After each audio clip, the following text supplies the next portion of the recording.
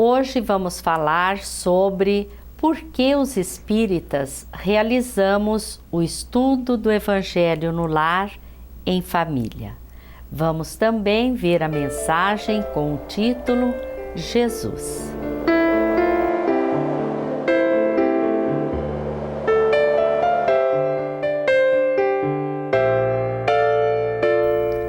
Numa noite de luar prateado, Jesus estava na casa de Pedro. Como é comum em nossas casas, também lá o assunto estava improdutivo. Jesus, que aproveitou todos os momentos de sua vida para ensinar e exemplificar, falou com bondade. Pedro, acendamos aqui em torno de nós e daqueles que procuram assistência fraterna uma claridade nova. Na mesa de tua casa é servido o pão de cada dia. Por que não instalar em redor desta mesa a sementeira da felicidade e da paz na conversação e no pensamento edificante? Ele respondeu: Mestre, seja feito como desejas. E Jesus, convidando os familiares do apóstolo à conversa edificante e à meditação elevada, desenrolou os escritos da sabedoria, havendo então na terra, na casa de Pedro, o primeiro culto cristão no lar. Depois do momento espírita, vamos conversar com Ciro Braga Fará sobre o Evangelho no lar.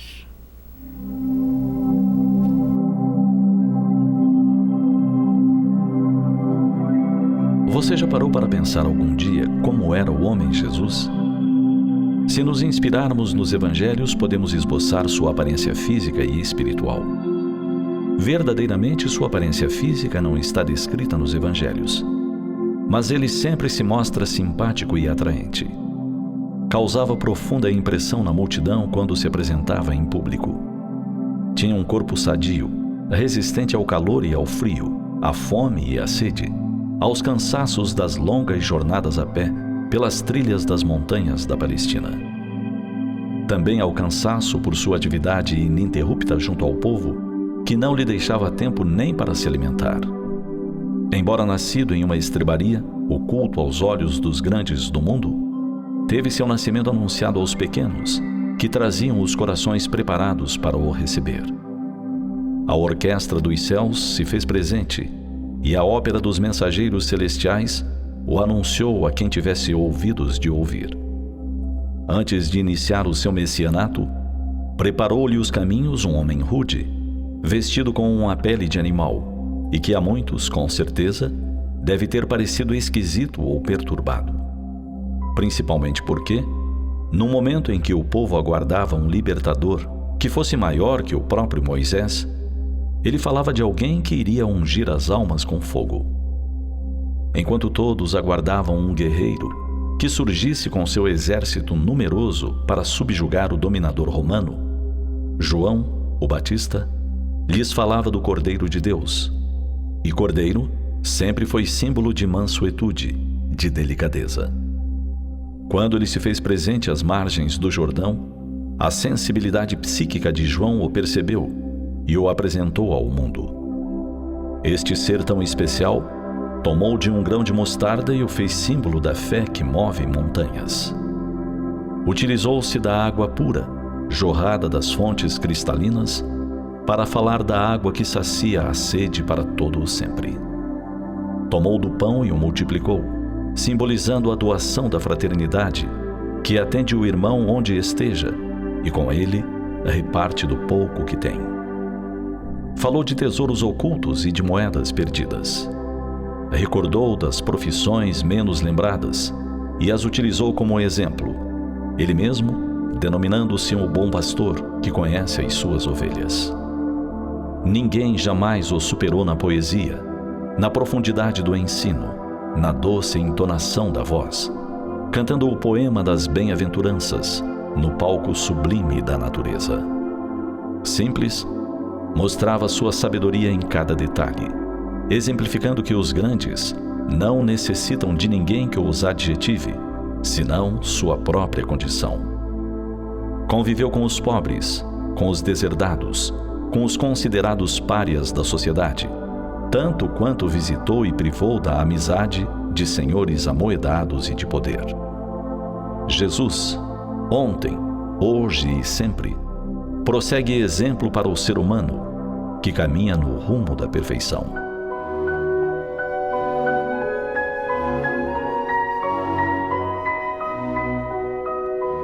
Você sabia que, embora visando sempre as coisas do Espírito, Jesus jamais descurou das coisas pequenas e mínimas da terra? É assim que seu coração se alegra pelas flores do campo, as quais toma para exemplo em sua fala, da mesma forma que as pequeninas aves do céu. Você sabia que o seu amor se dirigia sobretudo aos pobres, aos humildes, aos oprimidos, aos desprezados e aos párias? E justamente por conhecer a fraqueza e a malícia dos homens, sempre perdoa, enquanto ele mesmo alimenta sua vida pelo cumprimento da vontade e do agrado de Deus, o Pai.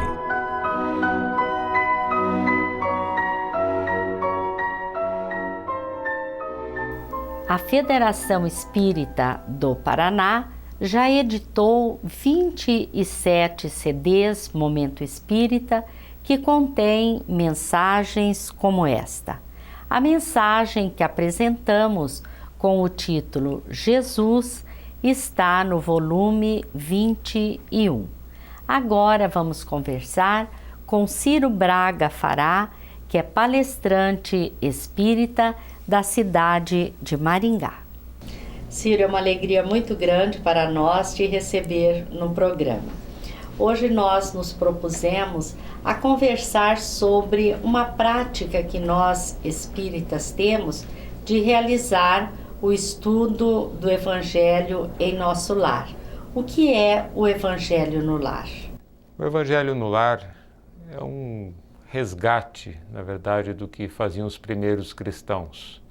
É uma coisa bastante simples, uma reunião em família, como eles faziam, né? Se reuniam em família, na casa de um, na casa de outro, para comentar sobre as passagens de Jesus.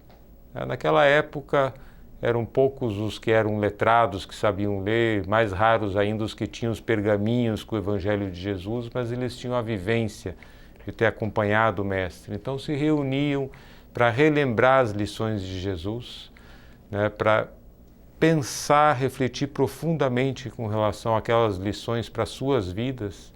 E o Evangelho no Lar nada mais é do que isso, né? Um resgate dessa prática tão salutar para todos nós. O encontro da família em torno do Evangelho, não é? Exatamente, o encontro com Jesus. Isso. E qual é a finalidade do Evangelho no Lar? Além desta, logicamente, que você já citou, né?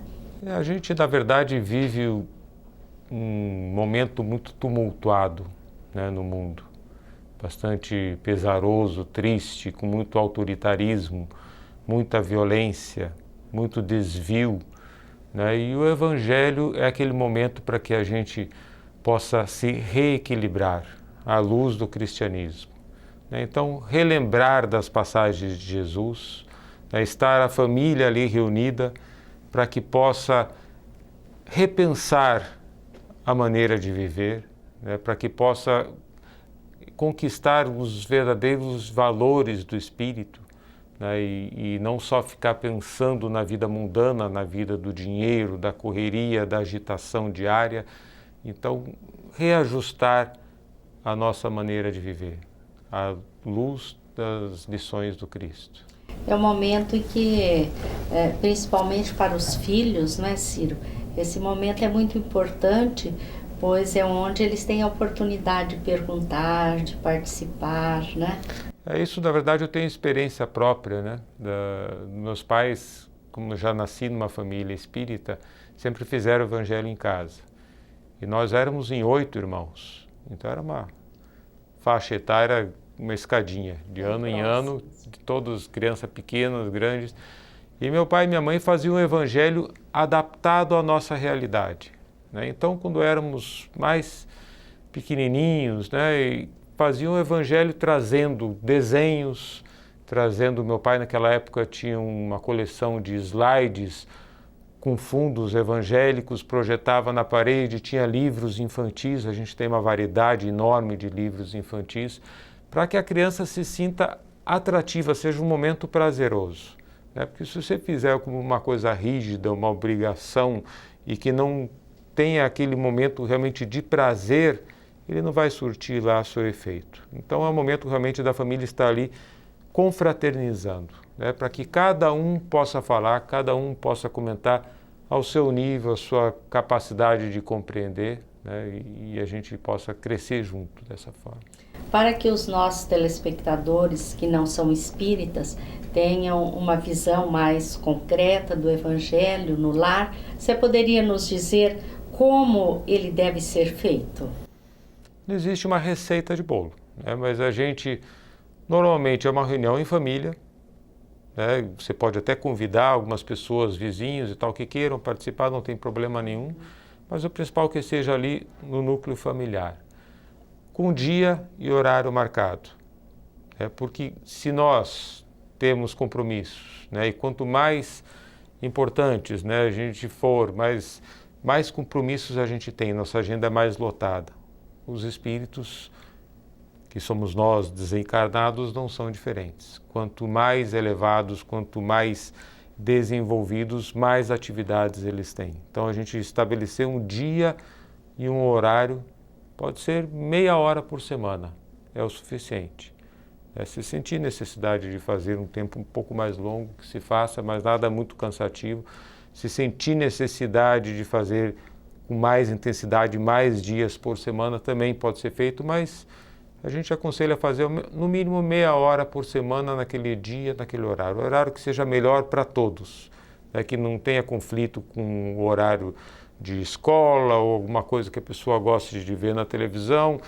Então, um horário que, quem que não tem meia hora por dia, por semana, né? A gente tem horas e mais horas para perder tempo nos nossos celulares, computadores, na ociosidade. Então, nessa meia hora, elevar os pensamentos a Deus, a Jesus, fazer uma prece, né, para a gente entrar na sintonia do mundo espiritual que já vai estar ali presente, né, para que a gente esqueça um pouco das nossas preocupações diárias, das agitações do dia a dia, e abrir o Evangelho. Aí tem duas formas básicas de se fazer. Uma é abrir o Evangelho sistematicamente, desde o início até o fim. Você vai ler um trechinho pequeno na sequência do Evangelho, pensar sobre aquilo e comentar. Na sequência é interessante, porque você não deixa de abranger nenhuma das lições ali presentes, e todas são importantes. Outra maneira de se fazer, abrir ao acaso, né? Após a prece, abre-se ao acaso sem escolher a página, cada dia uma pessoa pode abrir. É interessante também, porque nós vamos ser intuídos a abrir uma mensagem que a gente esteja necessitando. Então, até a família pode fazer um esquema de uma semana, fazendo a sequência, na outra ao acaso, como queira. Mas o importante é esse momento de reflexão, de abrir, ler a mensagem e cada um tentar tirar da lição do Evangelho aquilo que serve para a sua vida. Porque se a gente fizer o Evangelho abrindo a mensagem, falando, ó, tá vendo? Essa lição serve para você. Já vai criar um clima de desarmonia, né? E a gente tem uma facilidade muito grande disso, de ler e ver que aquela lição serve para outra pessoa. O mais difícil para nós é a gente pensar com relação a nós mesmos. Mesmo que você saiba que serve para outra, você analisar com relação ao teu procedimento, à tua maneira, fazer uma análise com relação àquilo, comentar e até um propósito de melhora.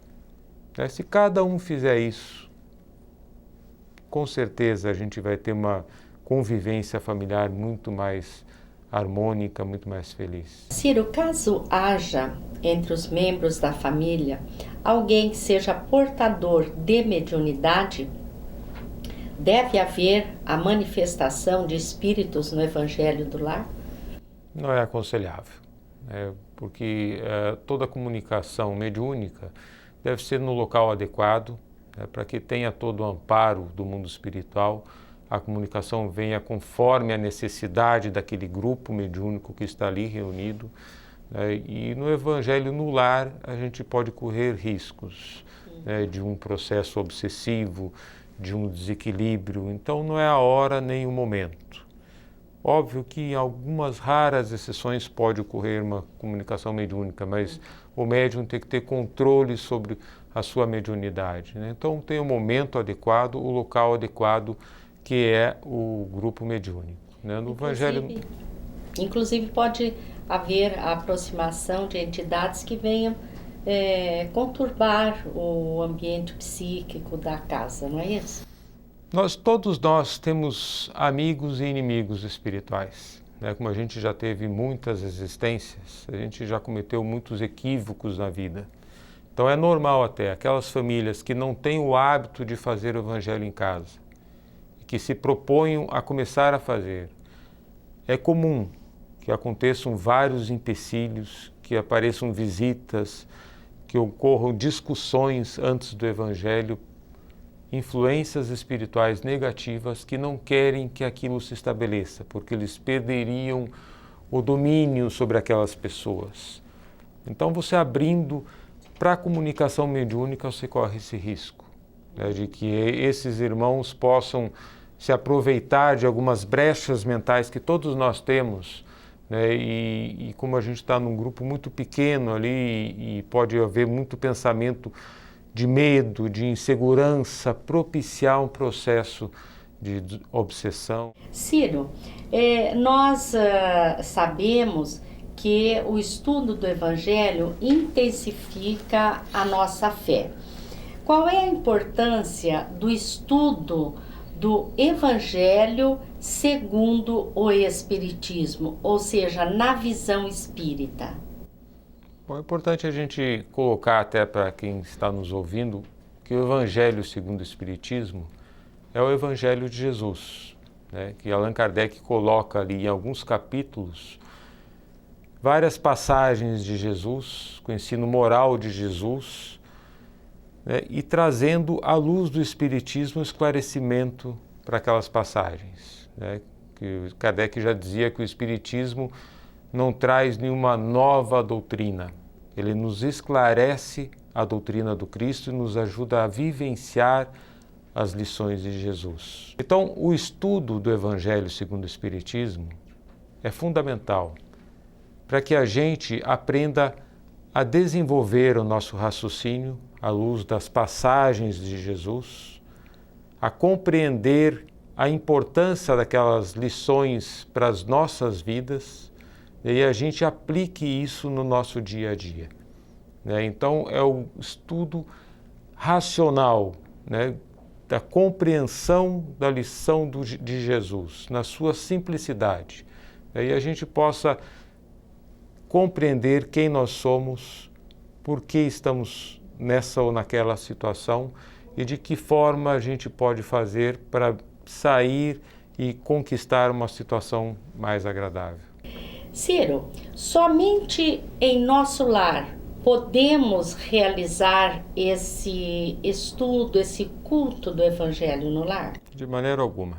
É importante ressaltar também que não só na casa espírita, se todas as famílias fizessem o culto do Evangelho no lar, cada uma na sua religião, com a sua concepção, abrisse ao acaso o Evangelho de Jesus, lesse um pequeno trecho, como a gente falou aqui, fizesse aquele comentário, uma prece, pode até deixar uma água para ser tomada após o Evangelho, que a água, por ser um dos elementos mais simples que a gente tem, ela absorve as vibrações ambientes. Então, se todas aquelas pessoas estão unidas ali, com a sua fé, com o propósito de buscar o apoio do mundo espiritual, né?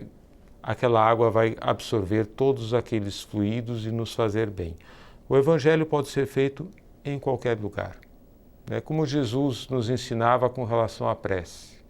Não importa a forma que você vai fazer, não é um ritual, né? Então não importa o local, importa que você se recolha. Jesus fala para a gente se recolher no silêncio do nosso quarto, não se referindo ao cômodo do quarto, não pode ser na sala e tal, mas recolher no seu interior, na sua busca interior. Então, o Evangelho pode ser feito em grupo de amigos, pode ser feito, formar um grupo para ir de casas em casas, pode ser feito até em locais de reuniões, realmente. De trabalho, eu conheço algumas pessoas que fazem esse estudo do Evangelho na empresa. Né? Uma vez por semana reúne os seus funcionários e fazem. Isso é muito positivo. Então, na verdade, se as pessoas tivessem esse hábito, lógico que não é durante o expediente, né? É um pouco antes ou um pouco depois, né? Para se harmonizar, né? E começar bem o dia, você desempenhar bem a tua função. Então, não tem local específico para que seja feito. Se a humanidade realmente fizesse essa coisa tão simples, né? Seria outro mundo que a gente viveria, né? Então, todos esses tormentos, todos esses desequilíbrios, lógico que a gente traz as nossas imperfeições e ainda vai cometer alguns deslizes, né? Porque vai fazer o Evangelho, que você vai se tornar uma pessoa santa, pura, mas com certeza vão ser menos desequilíbrios. E aí você vai pensar, cada vez que você errar, você vai lembrar do Evangelho, das lições de Jesus. Então, realmente, é uma prática salutar que todos deveriam fazer. Certo. E, inclusive, possibilita que todos deem a sua opinião, né, independente de crença religiosa. Isso é importante até porque tem famílias que cada um tem uma religião. Exatamente. Então é importante que tenha a tolerância e o respeito. Não é um querer impor a maneira de pensar para o outro. É como o GDI, Grupo de Diálogo Interreligioso, que existe aqui em Maringá, é maravilhoso. Não é um tentando converter o outro, mas são pessoas que estão juntas para aprender uns com os outros. Então, dessa forma, deve ser o culto do Evangelho. Cada um tendo um tempo para falar, sem ninguém se expor demais e não se impor, né, para que traga realmente um resultado positivo, né, que a gente busque essa essência que é o Evangelho puro e cristalino de Jesus. Ciro, nós agradecemos a sua participação, agradecemos a todos vocês que mais uma vez estiveram conosco e lhes desejamos muita paz.